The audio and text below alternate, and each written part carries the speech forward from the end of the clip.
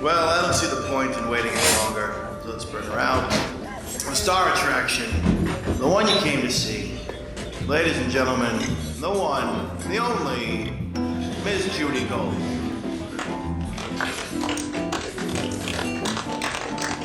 Okay, welcome everyone. I'm very excited today. You know, I don't usually have young, hot men on my podcast.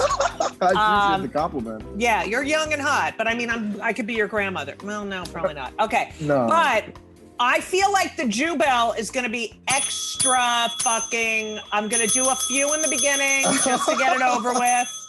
Get a good start going. Here's the thing. People have been complaining about, like, I've been getting, oh, I love your podcast, you should get rid of the Jew Bell. And it's like, go fuck yourself. Okay. Anyway, everyone, you're not going to believe who I have on my podcast. You're not going to fucking believe it. Okay? I don't know if you watch Never Have I Ever, which is a show on Netflix, which is fucking awesome. Jaren Lewison, who plays Ben Gross on the show, is my guest today. Like, I have a hot young guest, people. We went from Dr. Katz last week to Jaren Lewis. I'm like, this is my life. Hey, that's a diverse bunch. I mean, I love the Dr. Katz stuff is awesome too. Come on. Yeah. Jaren, I am fascinated by you. I'm not usually fascinated by young people, but you're like, what the fuck genes do you have? It's all the Jewish genes. I know. I just got to do everything. And I love that you're a proud Jew. Like, you're a proud Jew. You're not like an asshole Jew. You're not an asshole Jew. I'm a big proud Jew. Big proud Jew. Yeah, me too. I'm a proud Jew. And everyone's like, okay, you're too Jewish. You're too Jewish. You know, you're all right. So let's start at the very beginning. Absolutely. At the very good place to start. Okay. Oh, okay. You can sing too. I can't. I know. That's awesome. Oh, shut up. Look what the fuck you can do. I'm so sick of you. So you were born in 2000, December 9th. That is correct. You have an older sister, Michaela. I do. Yep. Now, do you have two brothers as well? I do not have two brothers. And I don't know where that, I know. So I didn't think you did. Think you did, but I did read that. And I was like, I'm going to ask him because I don't think he does. Because you put an Instagram photo up of my favorite person. And I was like, if his sister, Michaela, is his favorite person, then his two fake brothers are going to be pissed off. Yeah, they're going to be really pissed at me. Luckily, I don't have two fake brothers, but my older sister is 4 years older than me, Michaela. She is my favorite person. That is true. And she's in law school. She's in law school. Yeah. She just finished her first year of law school. She's got 2 left. We're very, very proud of her. She's going to do amazing things. All right. This is what I need to do. Yeah. I need to just touch your parents. I just need to touch them. You just metaphorically reach out there. They're going to be listening too. They're going to be hearing every single part of this podcast. I just got to say, I don't know what the fuck you guys did, Jason and Lauren. Yeah. Like, what the fuck? I mean, like, anyway. All right. So you're from Dallas, correct? That is correct, yes. I mean, what is that with the Jews? And there are a lot of Jews in Dallas. Yeah, we've got a ton of Jews in Dallas. I actually grew up, I'm sure you were going to mention this, but I grew up going to a conservative Jewish day school in Dallas. Where your mother was the kindergarten teacher. She was a teacher. Lauren Bernstein. Yeah, that's right. And now she actually is working at a law firm. She does, yeah. So after she taught, she went to go work there. She's been working there for a little while now, and that's being Jewish in Dallas. We've got a good population. I would say. I've been there, and I performed there. I think here's the thing about the New York Jews versus the Dallas Jews. The jewelry is fucking ridiculous in Dallas. Everything's bigger in Texas. Yeah, it's so incredible. Like, it is like, wow, you are Southern and you are Jewish. Like, it's like, it's a cool mixture of identities. It's a complex. But you don't have an accent. You don't have an accent. I can do one if you want. All right, do it. Yeah. So basically, growing up in Texas, I could hear everybody. Yeah. Oh yeah. I can't. It's so no. I can't. I tell you the truth. I have a lot trouble trying to do a New York accent, of which my grandparents on my mother's side are from New York, and I have family still in Long Island and in that area, and I can't do the New York accent as well as I can do the Southern accent. I have so much more trouble, but I hear them talk all the time, and I still can't figure it out. So, how did your mother grew up on the East Coast, right? Or No, my mom actually was born in Dallas. My grandparents moved. Yeah, my grandparents moved from New York when they were young, and my mom was born here. And then my dad, she met in college, and my mom was like, "I'm not leaving Texas." So then my sister and I were both born in Dallas, in Texas, and that's where I grew up. Where is your father? Where did your father grow up? Skokie, Illinois. Oh yeah, baby, Jewy, Absolutely. Jew. That's Lot of right. Holocaust survivors in Skokie, and Yeah, my that's where the grandparents are march still there. was. Yeah, there was a march for the ACLU. Really? Yeah, so there was a march. The Nazis were going to march through Skokie. Was it in the 80s or the 70s? Yeah, and the Oh, wow. ACLU defended, and it was a Jewish guy, defended their right to march. They ended up not marching, but it was a big free speech thing. But yeah, Skokie's, I've performed there. I've performed in Really? Skokie. Yes. I love Skokie. My grandparents are still there, and I love being there. I think it's such a cute little town, and the people are so nice, and the food is also really great. It's a little bit different than Texas, but I also love it. Right, because it's Chicago.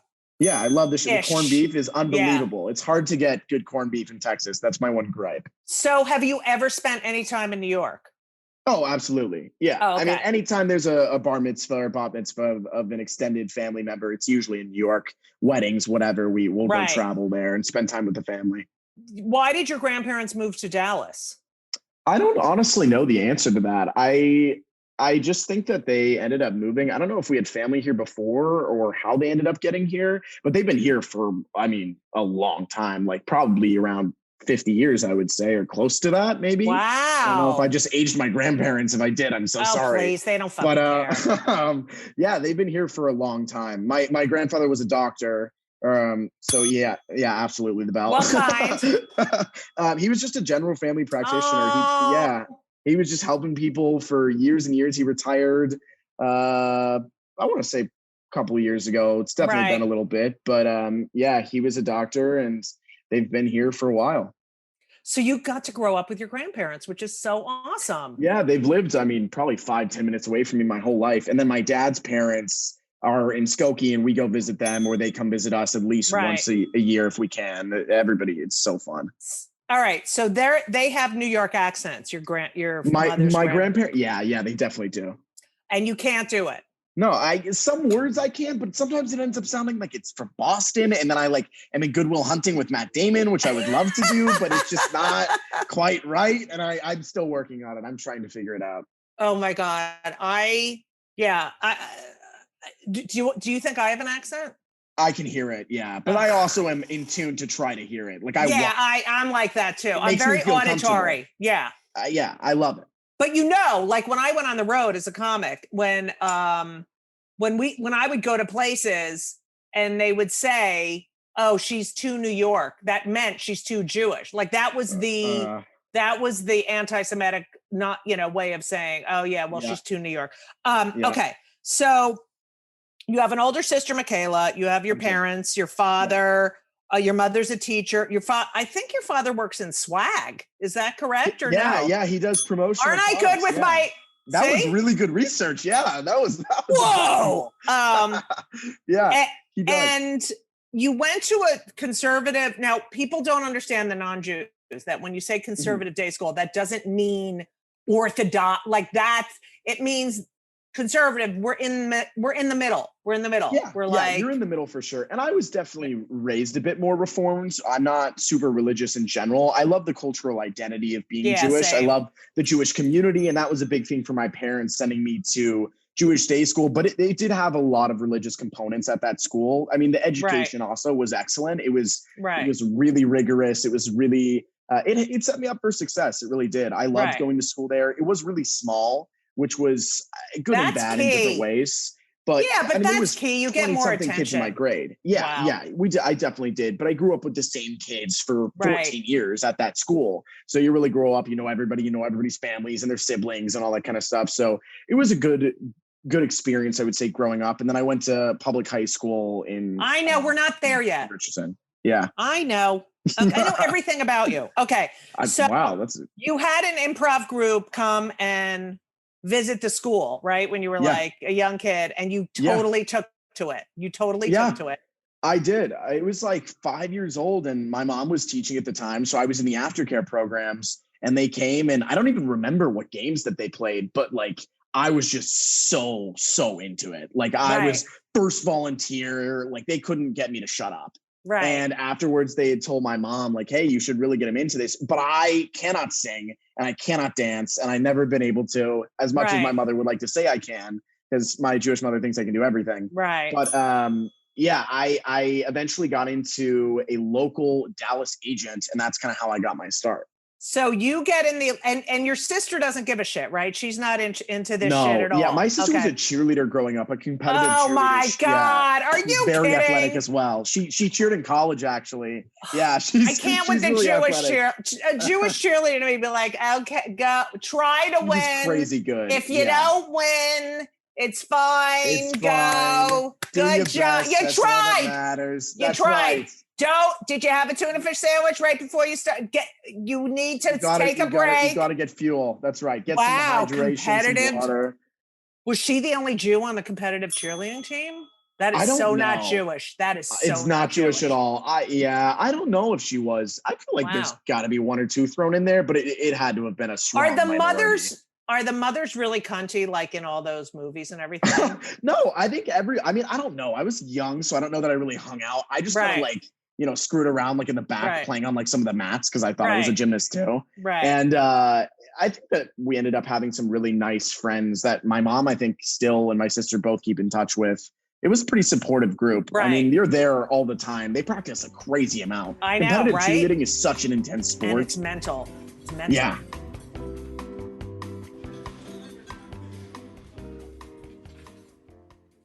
When you're 6, you get on Barney. Yeah. Your name Joshua. Wait, were you a Jew on Barney? I don't know, but I feel like with the name, I'll give it to you. Yeah, don't you think? Yeah, why not? I mean, we didn't really talk about it, but I mean, sure, why not, right? Okay, I'm gonna make a confession. Yeah. That when my kids were little, I used to watch Barney all the fucking time with them. Really? But this is pre you. Because my older son's born in 96. But anyway. Okay. And I was obsessed with the kid who was disabled and had the hearing aids on his head and everything. I was like, I loved him. I don't remember what his name, but Barney, it's so fucked up because you have to watch this shit when you're with your kids and you focus on the completely oh my God, you're out of your fucking, like, it's so weird watching these shows. First of all, you're in Dallas, you go to a Jewish school and you're on Barney. I mean, like, who the fuck is that? Well, I'll tell you the reason why I actually ended up getting that audition. So I signed with this agent, right, when I was like 5 or 6. You want to know what my audition song was? What? I haven't told anybody this. Puff the Kosher Dragon. They were Puff like, can you sing a song? And now I had learned that at school. So wait, do it. I don't know. Okay. Puff the Kosher Dragon exactly. doesn't eat bacon. Oh, I love He has never had a piece of shrimp. And all right, go ahead. Okay, well, that was impressive. I didn't know the rest of the words. I just knew the beginning. I made it up. Oh, wow. Don't tell anybody, but you should publish that. Yeah. But yeah, that's how I ended up getting on Barney. And originally I started out as an extra because at the time you had to be at a like 3rd or 4th grade reading level. And I was 6, I think, when I first did it. So I didn't have the fluency that I needed in order to be a series regular because it's a lot of lines. You don't really realize that. But I mean, it's probably, 50 something pages per episode. And if you're a series regular at 6 years old, like you've got to have, and it shoots quick, like it's probably in a matter of 5 days. So you've got to have that done before you start. So I think it was 8, I got that first starring little role. And then I did a couple of episodes, different variety of like, I think there was one about Venice and one about Kenya and all sorts of like different places that Barney ends up going, air quotes. Right. And that was the start. Did you ever see Gypsy, the musical Gypsy? I haven't. Such a baby. Oh my God. You have to. So there's this Gypsy is classic. It's a classic musical, and it was a movie too. But Gypsy Rose Lee was a stage mother, and she was always pushing her daughter Rose. And I don't know. I've been on so many auditions. I see parents with their kids, and I want to go give the fucking kid a childhood. And they're pushing the kid, and the kid's like, "Shut the fuck up!" You know, like when you go on auditions, right? Yeah. As a kid, and you're in the waiting room, you can totally tell who does and who doesn't want to be there. Right. Which kids are being forced by their parents and which kids are like, I want to do this. And it's so fucking sad. Yeah. I was lucky that I was like, my mom was never the one who was like, hey, want to do it. I was like, Mom, this is it. Like, this is what I want to do the rest of my life. Like, I don't want to be an astronaut. I don't want to be a football player. Like, I want to do this forever. And my mom was like, both my parents were like, all right, like, we don't know anything about this, but I guess we'll figure it out as we go. Oh and that's my what they ended God, up I doing. love them. They're so supportive, both my parents. And then my sister honestly would fight everybody for being my biggest fan. I mean, she's a cheerleader, you know, she's in every sense of the word, the biggest I can't take it. This is vomit-tocious, okay, this family. Okay, so when you started getting the scripts, so you're in school being like a normal kid, right? And then, but it's a Jewish school, so it's even longer because you have to learn Hebrew and all that crap, right? Yeah. And then is your mother helping you with all your like lines, and do you miss a lot of school? Do you ever get a tutor? Like, how does it? Yeah, good question. So basically what happens is once you book Barney, and I think it's the same pretty much for every child actor anywhere, you get like an on-set tutor, right? So you have built-in class time. Like, while you're not technically shooting, you are clocked in and you have to bank these school hours. So you sit there for like 2 hours, you go and do school, and they have a teacher there that basically helps you at whatever level you're at, from if you're first, second, third, fourth grade, whatever, all the way up to until you graduate high school or get your like GED equivalent. And when I was doing Barney, my mom would help me at night with my lines and learning. But I would honestly, I'm a big time management person, and I have been since I was a kid. And I would always get my lines done at least a week or two early, because I was like, I want to go in there. Oh yeah.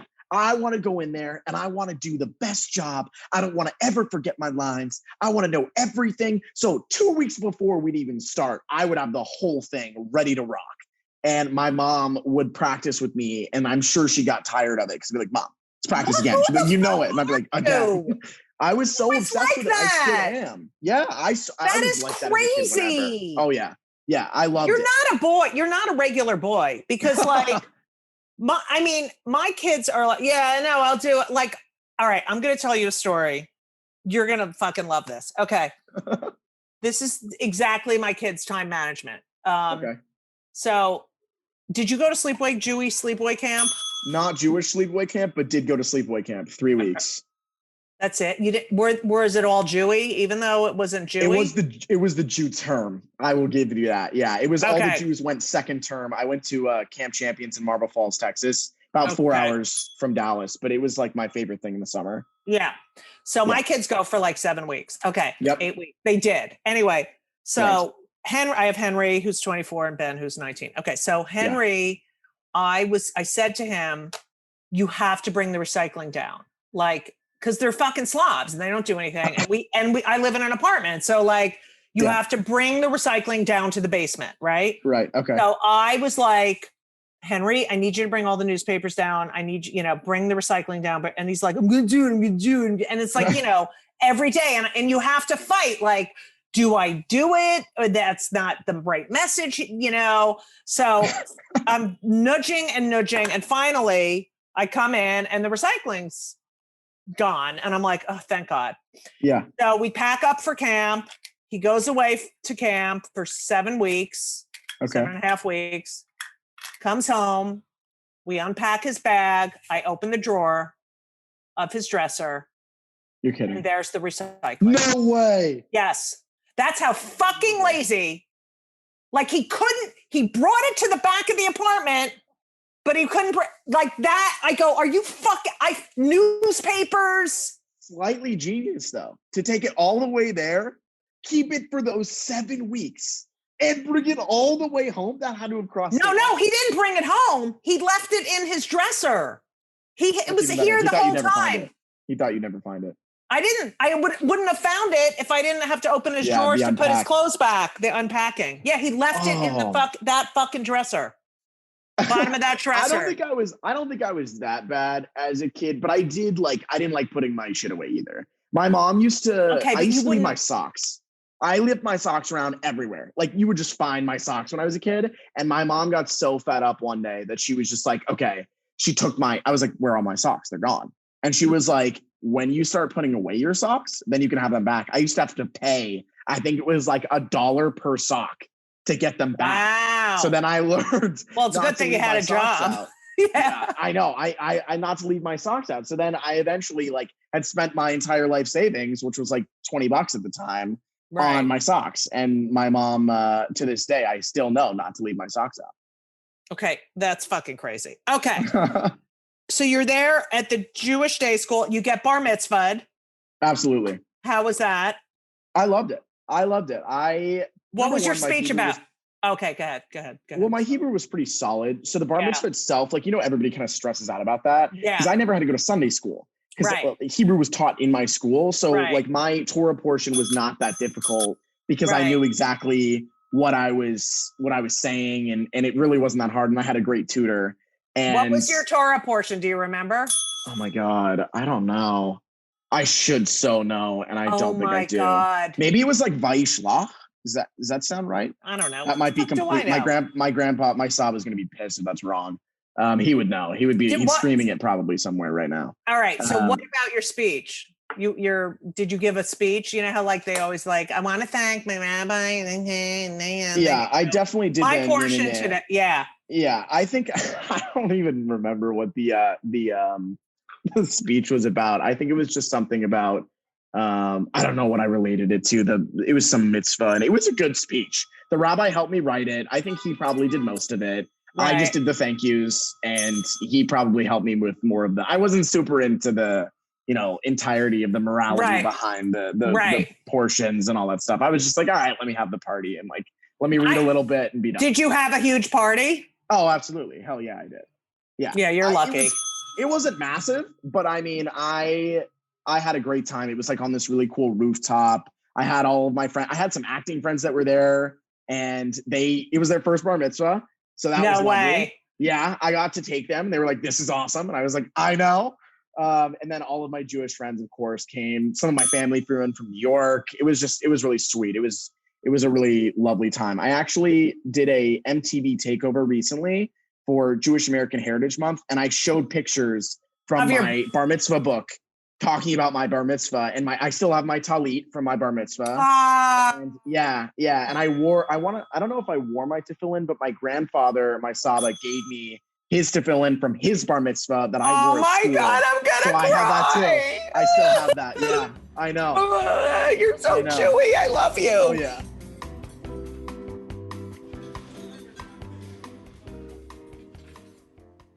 Were you treated differently at school? Oh, there's Jaren and blah, blah, blah, blah, blah. You would think so. But to be honest, because I had grown up with those friends for my entire life since I literally was a baby and couldn't speak, it was just oh yeah, Jaren does acting. That's cool. He's gone for 2 months. He'll come back later. Right. And every time I would come back, my friends were always so supportive. If I ever did anything, they would be like, oh, when can I see it? Or what can I do? But even to this day, I'm still in touch with my friends from Jewish day school. I literally saw them a week or two ago when we were all back in Texas for one of their birthdays. We all still are together, and they're so supportive of me and Never Have I Ever, which I'm sure we'll get into later, and which is my show now. But they watch it and they're supportive, but it's still, I'm just Jaren they grew up with. They still treat me the exact same, I'm a normal guy, which I am. Was it weird leaving for 2 months? Did you ever feel like you missed out on anything or? A little bit. Sometimes because from auditioning, pilot season, which for your viewers who don't know, pilot season used to be when all of these pilots were greenlit and you would try to film them January, from, like, February, March. Yeah, exactly. So I would go out usually like beginning of February into end of March. Yeah. And I would go audition from like 5th to like 8th grade. So I'd be gone for about 2 months. Wow. And my school was so great because they would send me my work. This was like obviously pre-COVID, pre-Zoom, pre-everything. Pre-Zoom, yeah. But they figured it out. And I would do my work. And because I also have been a learner my entire life, and I am obsessed with my academics, and I still am in college. And I always make sure to have my work done. Right. And my friends, when I would come back, like it would be different having to then sit in the classroom for 8 hours or whatever it was, because I was slightly self-paced when I was like doing my auditions and all that kind of stuff. Right. But you kind of have to be like that. Yeah. But the teachers were so kind and so willing to help me. And it was very supportive of like my dreams and of like if my classmates had endeavors that they wanted to try to venture into. It was a very, very supportive environment. They wanted us to be successful.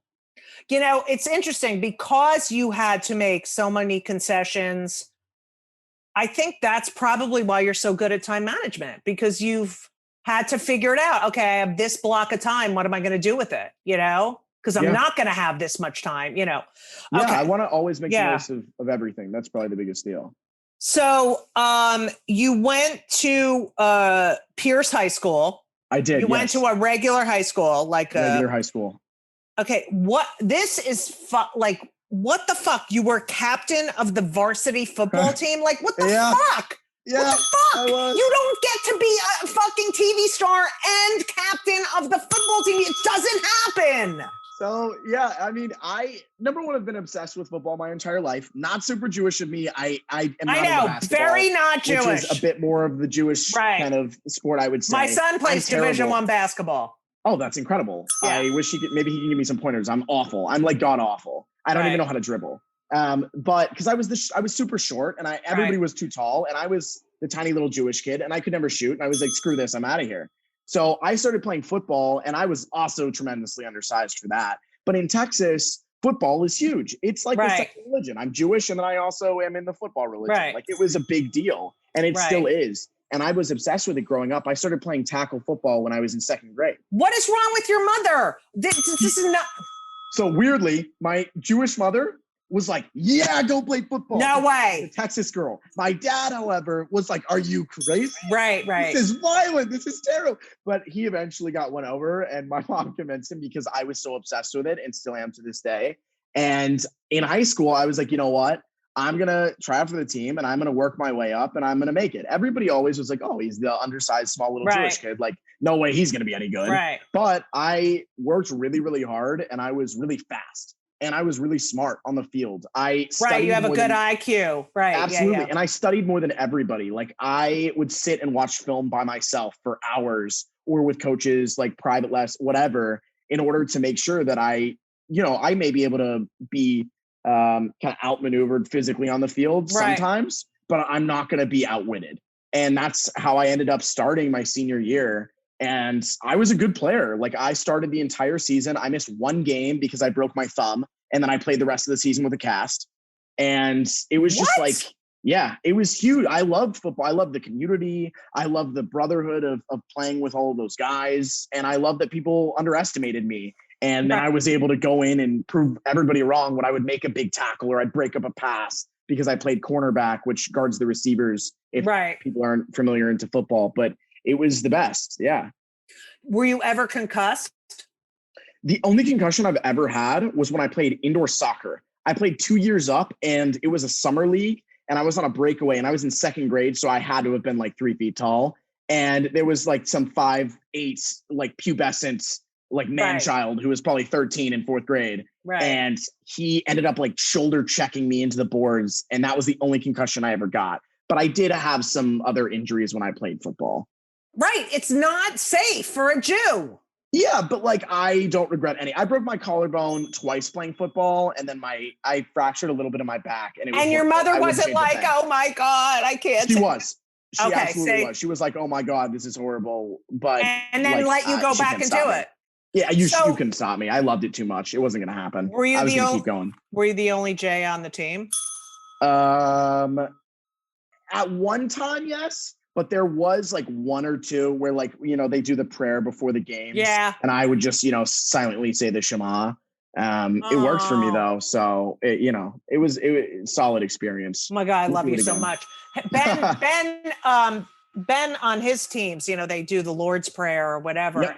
And I'm like, I get so annoyed because I'm like, and people are like, well, but it's like when I grew up, my neighbors were Catholic. There were a lot of Jews in my area, a lot of Italian Catholics, and like no one cared.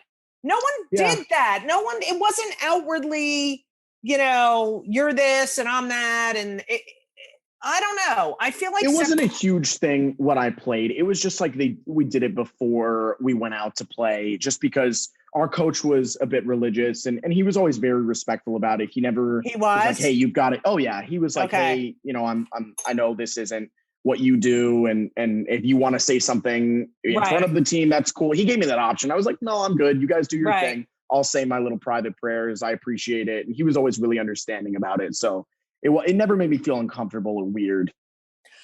Okay. So you were captain of the football team. Yeah. And you played William Shakespeare and Shakespeare in Love. Like, I did. Okay. Do you realize that this is not normal? Like, do you realize this is not a normal childhood? Well, you know what's wild about that? Like you get one thing. You don't get all these things. So every athlete, almost every athlete at the high school I went to that played football or sometimes baseball, we all did theater. Right. We all of you? No. Yeah, it was, not all of us, but a ton of us. Like anytime that there was a boy in a play or a musical that was dancing or like had his shirt off in the play or whatever, it was an athlete. Every time the coaches would come and see us play, like, it wasn't, no one was like faggot or anything like that. No, it was like, you do theater. Like, oh, you're an athlete. Like you got to go do theater. Our theater teacher, Miss Biddle, my school Miss also Biddle. is not performing. She's lovely. Also ding. Yeah. Miss Biddle. Oh, wait. And there it is. She's the best. And our school wound up it's not a performing arts school, but we wound up being nationally known for theater. We did the pilot premiere of Heathers, which I wasn't in because I cannot sing. I know, the high school edition. They went to nationals for it. That was my freshman year, I think, or my sophomore year. And then my sophomore year. Then 2 years later, we ended up going to nationals for Shakespeare in Love, which was a play of which I did play William Shakespeare. It was my first lead in any play musical I'd ever done because I couldn't sing. So I never got parts in the musical, but this was a play, so that I was able to do. Wow, that's fucking crazy. Yeah. I grew up in the 70s in New Jersey, and everyone was like, you were either, a burnout, a jock, in the theater group, a band, we used to call them band fags. And it's just, I don't know. It's just fascinating. Like you fascinate me. That it was pretty polarized, but I think that now, like the emphasis, at least in applying for college, like when I talk to college counselors and stuff, they want you to be really diverse and they want you to have your spheres intermixing and to dip your toe into so many different wells. And I think that now college kids have done that in high school. It's like, you got to do other things. Otherwise you're not going to get into college. You know what? It's just it's so weird because it's so hard to get into college now. Like it's way harder. Okay. So during your high school years, you were also working, right? Because you did a movie with Adam Sandler. So you were going back and forth then too. Like, were you 100% at your high school? A little bit. The high school was a bit harder to miss. That they weren't as accommodating. I mean, they were still really great, but I got lucky. I don't know if it's lucky, but I wasn't really shooting as much when I was in high school. And the movies that I did do were usually in the summer. I guess I just got lucky that like they were just filming in the summer. Like I did Tag, where I played a younger version of Ed Helms' character, Hoagie, in Tag. And that was in the summer in Atlanta before I think I started, maybe it was my sophomore or junior year. So I got lucky for that. So I didn't miss a ton. I wasn't able to go out for pilot season. I was still auditioning, but during high school was really when I trained the hardest. I mean, I was taking classes as much as I could. I also ended up working at the acting studio where I did my training, which is called Catherine Sullivan's Acting for Film. It's in Louisville. And that's how I got my training and a lot of my opportunities. So I really just like tried to live there. Like I was spending so much time there. Is there, like a plethora of acting classes in that? Like, is it, there's is really there a one community? Yeah. It's one teacher, really. It's Captain Sullivan who has that studio, and that's pretty much where everybody goes. Crazy, actually, this is circling back, but Barney, so Selena Gomez, Demi Lovato, both on Barney, right? Right. Both also taught by this acting coach, Captain Sullivan. No way. I ended up taking from, and she still teaches, and she's still got tons of clients that she's churning out, and she's really excellent. That's kind of how we all got trained. Maybe I should go to Dallas and do that. You can do a seminar. She would so love that. Like oh my God, I would love that. Wait, she brings in like experts. You could so share your expert. I would have taken the shit out of that. Oh my God. I would love that. But was it all kids in her? She started doing adults, I feel like 10 years or maybe more. So there is an adult class, and I was coaching young actors, and I also ended up coaching adults. Yeah, I was an acting coach during high school from 16, 17 to 18. I was coaching other actors on their scene work, and we used to have curriculum, and we still do there. And when I was working there, I would coach and then also take classes on like a different night. Okay, so let's review. We're going to just review for the listeners. You're acting coach, you're taking acting classes, you're the captain of the football team, you're doing films, you're in the play in high school, and you are getting straight A's. Yes, that is all true. What the fuck? What the fuck? What? I can't take it. I just wanted to do everything, to be honest. Okay. I guess going from a small school, I was like, oh, there's sports. Like, let me try powerlifting. And too. you never did doing that. You never did you never hung out with the burnouts and did and smoked pot and drank. That just wasn't as enticing to me. I just wanted to go accomplish everything that I could, which, obviously. Where does that come from?